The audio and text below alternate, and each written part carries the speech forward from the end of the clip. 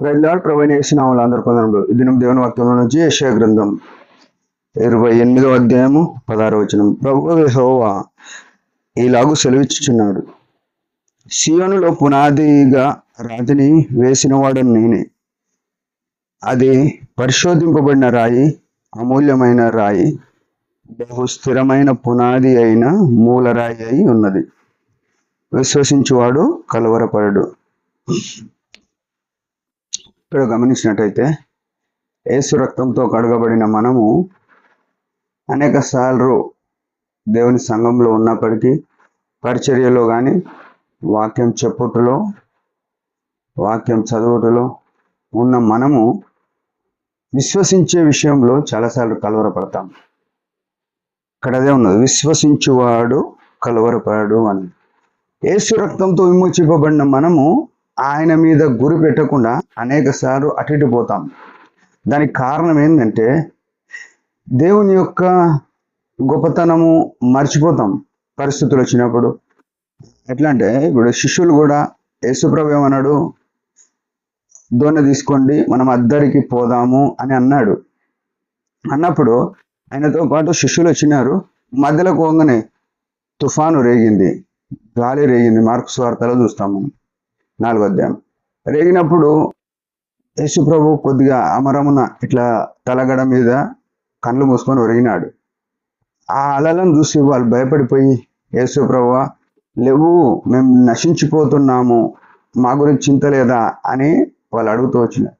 అంటే యేసుప్రభు మాట ఎంత స్థిరమైంది అనే విషయం మనం మర్చిపోతాం. అద్దరికి పోదాము అని ఆయన అన్నాక ఈ సృష్టి అంతా ఏకమైన అద్దరికి పోవడం అనేది జరుగుతుంది. అది తుఫాను వచ్చింది కానీ, తుఫాను కాక భూకంపం వచ్చినా, భూమి నెరవిడిచినా, లేకుంటే సొదొమ మీద పడ్డట్టు అగ్ని పడ్డా, ఈ యేసు ప్రభుతో పాటు ఉన్న ఆ దోణిలో ఉన్న మనుషులు ఎవరైనా సరే అది జరిగిపోవడం అనేది అది స్థిరం. అది మర్చిపోవద్దు. ఇక్కడ మనము రక్షణకు ముందు యేసు ప్రభువును విశ్వసించినాము. ఎట్లా విశ్వసించినాము? అమూల్యమైన వాడుగా. ఏమంటే సీయోనులో పునాదిగా రాతిని వేసిన వాడని నేనే అంటున్నాడు. సీయోను అనే మాట దేవుని మందిరం. దేవుని మందిరంకు పునాది వేసింది నేనే అంటున్నాడు. దేవుని మందిరంలో చేర్చబడ్డాం. మనం ఎట్లా చేర్చబడ్డాం? యేసు రక్తంతో కడగబడి బాప్తిస్మ సాక్ష్యం ఇచ్చినప్పుడు పెద్దలు హస్తనిక్షేపణ చేసి నువ్వు ఒంటరిగా లేవు, నువ్వు సంఘంలో చేర్చబడ్డావు అని చెప్తారు. అంటే ఆయన మూలరాయిగా ఉన్నాడు. ఇక్కడ ఏమన్నా అది పరిశోధింపబడిన రాయి, అమూల్యమైన రాయి, తలరాయి అని ఉంది.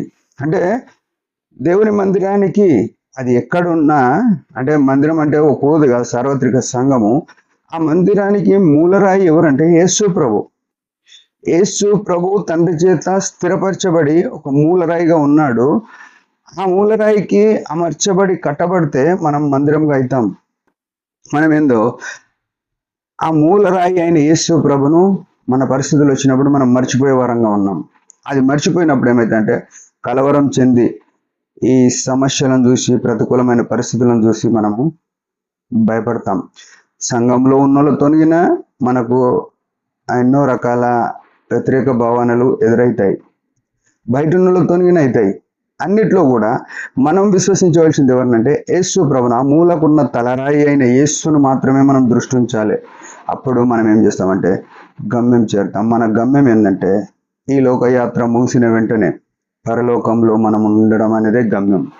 మనల్ని ఆయన రక్తంతో పరలోక పట్టణస్థులుగా, పరలోక పౌరులుగా చేసినాడు.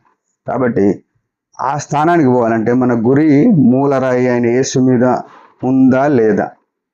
లేకపోతే ఈ క్షణమే మారు మనసు పొంది యేసు ప్రభు దగ్గరకు వద్దాం. దేవుడి మాట దీవించిన ఒక చిన్న ప్రార్థన. పరమ తండ్రి, యేసు ప్రభు నామములో వందనాలు. మాకు ఇచ్చిన ఆశను బట్టి స్తుతిస్తున్నాం. నువ్వు ఎంత అమూల్యమైన వాడవు అది ఎరిగి నీ యందు విశ్వాసం ఉంచి ఈ యాత్రలో కొనసాగడానికి కావాల్సిన కృపను మెండుగా అనుగ్రహించి యేసు ప్రభు పరిశుద్ధ నామములో ప్రార్థిస్తున్నాం తండ్రి. ఆమేన్. వీరందరి పరిచర్య గురించి భారంగా ప్రార్థించండి. Praise the lord.